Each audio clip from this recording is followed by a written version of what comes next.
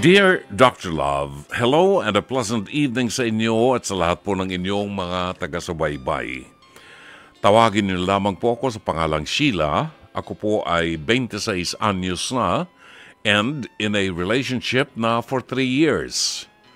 Graduate naman po ako ng Mass Communication at may trabaho.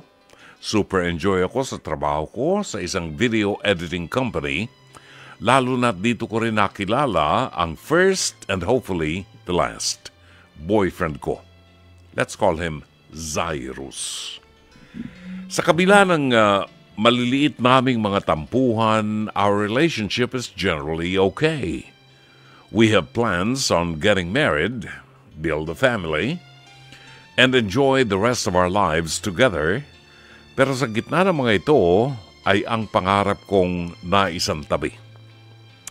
You see, Dr. Love, noon ko pa pong pangarap na magtrabaho sa ibang bansa, particularly in Australia, kahit for a short period of time lamang.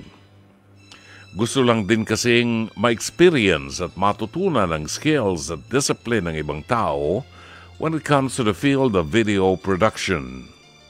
Isa pa, magagamit ko rin ang knowledge and experience na ito eventually. Ang problema, nagtatampo ang boyfriend ko sa tuwing binibring up ko ang dream kong ito. Paano raw ang work namin kung wala ako? Hindi raw kumpleto ang lahat kapag nasa work kami, lalo na kung out of town ang trabaho. Nagigets ko naman po ang point niya considering the fact na nasanay na kaming magtrabaho ng laging magkasama. Naiisip ko rin ang mga maaaring mangyari kung sakaling humantong kami sa long-distance relationship. Pero paanong pangarap ko, Dr. Love? Gusto ko pa rin matupad ito habang bata pa ako at hindi pa kami kinakasal at magkakaanak. Pero paano ko naman i-consider ang feelings niya with regard to this? I am torn, Dr. Love. Gusto kong i-pursue ang dream ko pero ayokong masaktan din si Cyrus. Gusto ko ring i-consider ang feelings niya pero ayoko namang palampasin ang dream ko. Napapaisip talaga ako ng malalim sa tuwing sumasagi ito sa isip ko. Pero I'm sure na maliliwanagan po ako dahil sa ibibigay po ninyong payo sa akin. Thanking you in advance, Dr. Love. Sincerely, Sheila ng Pasay City. Maraming salamat, Sheila. 10:35 is our time. Baka po meron kayong komentaryo o mensahe na gusto po ninyong iparating kay Sheila ng Pasay City hinggil po sa kanyang liham kasaysayan. Pwede po kayong magpadala ng mensahe sa Dr. Love Facebook Messenger or mag-comment sa ating live stream o dili kaya ay tumawag po sa ating hotline sa 86315788 at 86316674. Balikan natin ang liham kasaysayan ni Sheila. Meron tayong kasabihan, you can't have the best of both worlds. Kailangan ay mamili ka. Merong mga pagkakataon na dumarating sa isip natin at sa buhay natin talaga na kailangan tayong mamili. Hindi po pwedeng lahat ng gusto natin ay makuha natin. Kailangan mag-suffer tayo or piliin natin talaga. Ano ang mahalaga sa iyo? Ang pangarap mo o ang relasyon mo sa iyong boyfriend? No? Hindi ko masasagot yan kundi ikaw ang maaaring sumagot. Hindi po pwedeng iba dahil ito ay may kinalaman sa inyong relasyon. Kung matindi at matimbang sa iyo ang mga pangarap mo, kinakailangang isa-isang tabi mo muna ang boyfriend mo. Kawawa naman sa Cyrus. I'm sorry, Cyrus. Pero ito ang katotohanan. Hindi maaaring maging tagumpay ang inyong relasyon kung hindi kayo magkakasundong dalawa. Kung ang mga pangarap ninyo ay magkahiwalay, this is an indication already of your incompatibility. Maaaring na insecure or para kay Cyrus ay mawawala siya dun sa comfort zone kapag ikaw ay nawala. See? Pag matagal na kayo nagsasama, ganyan kasi, nagiging comfort zone ni Cyrus yung kapag magtatrabaho siya, ay nandun ka. Siguro, inspirasyon ka sa kanya. Pero hindi po pwedeng palaging ganun kasi pag nag-asawa na kayo, there will be times na magkahiwalay kayo sa maghapon.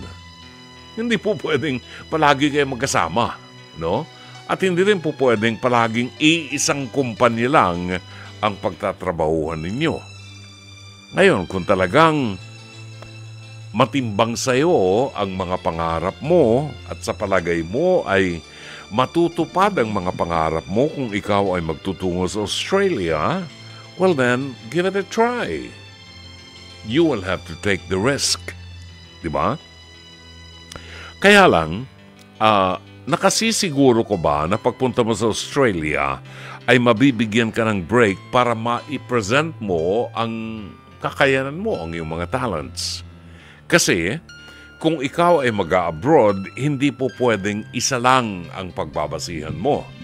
I can tell you this because nag-abroad din ako for a long period of time. I stayed for 3 months in New York hoping that I could break into radio, at least in New York, o sosyal, ano? Hindi pwede.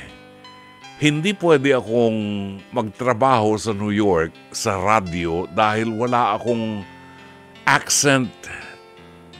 Hindi ako po pwede magtrabaho doon ng accent ko, accent ng Pinoy. At ang paraan ng pag-i-English ko, English ng Pinoy. So, hindi po pwede.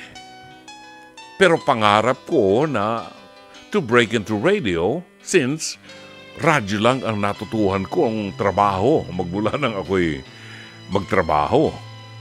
So, since hindi ako po pwede sa New York na makipagsabayan sa mga local sa New York, tinanggap ko na hindi ako para dito. So, I moved into California kung saan maraming Pinoy. So anong ginawa ko sa California? There was a radio station in California owned by Filipinos in Glendale. At since gusto kong magtrabaho sa radyo at gusto kong mayroong mikropono, gusto kong nagkukwento, nag-apply ako. Ang June Banaag noon ay talent na ako ng ABS-CBN. Pag-weekends akong pumapalit kay kabayan sa, sa TV Patrol. Kasama ko sina Mel Chanco, sina Angelique Lazo. So, maganda na ang performance ko. Natanggap ako doon sa isang Filipino company sa Glendale para mag-voice over sa mga projects nila at binigyan ako ng programa sa radyo. Ang tanong, ang sweldo, binarat naman ako. $4 per hour. $4 per hour. 2 oras lang ang programa ko, $8 lang yun. Diba? Since gusto ko na makahawak ng mikropono, kinuha ko. Pero hindi po pwedeng bumuhay ng pamilya, so I had to leave. Dahil alam kong ginagamit lang ako ng kapwa ko Pilipino. Alam niyo yan ang problema sa ating Pilipino. Pag napunta ka sa ibang bansa, ang kalaban mo, kapwa mo Pilipino. Gagamitin ka. Well, hanggang sa ngayon may utang pa sila sa akin. Di ba? So, ano nangyari kay Brother June? Naging salesman ako ng anong tawag doon? Vacuum cleaners. Yung vacuum cleaners ang mamahalin, ha? Salesman ako, nagbebenta ako niya, nagpupunta ako sa bahay-bahay ng mga Pilipino. Diyos ko, nagmukhang tanga ako. Alahin mo na sa Pilipinas, nasa television ako doon, tapos nagbebenta ako ng mga vacuum cleaners sa California. kailangan kong kumita eh. Naging driver ako ng mga developmentally disabled children. Nagturo ako, naging teacher ako sa mga developmentally disabled children. Naging salesman ako sa Radio Shack. Hanggang sa naging branch manager ako sa Radio Shack. So, nawala ako dun sa direksyon ko. Kasi, kailangan lumabas ako ng comfort zone para kumita. Yun. So, bakit ko kinuwento sa iyo, Sheila? Kasi, kung mag-abroad ka, ihanda mo ang sarili mo dahil hindi maaaring makuha mo ang lahat ng gugustuhin mo. Kailangan meron kang plan B. So, kaya mo ba kung ikaw ay mag-abroad na una, mahiwalay sa boyfriend mo? Kaya ba ng boyfriend mo na mahiwalay siya sa'yo? Nakasisiguro ka ba na kaya mong mabuhay kung sakaling ikaw ay nasa Australia na at hindi mo nakuha yung mga pangarap mo sa video production? Pwede ka bang mag-shift sa ibang trabaho para lang mabuhay at kumita? You know, ito ang dapat mong i-consider. Nakahanda ka ba na talikuran kung hindi man na mawala ang boyfriend mo kung hindi niya makaya na palagi kayo magkasama? Or mas malalim sa iyo na bigyan ng pagkakataon na i-challenge ang sarili mo sa ibang bansa? Kung iyon ang pangarap mo, well, ihanda mo na ang sarili mo. At who knows, baka naman maging supportive din si Zyro sa iyo. At kung magiging supportive siya sa iyong mga pangarap, magplano ka ng petsa kung kailan paghahandaan mo ang buhay may pamilya. Sana'y natulungan ka ng palatuntunang ito. As always, Dr. Love.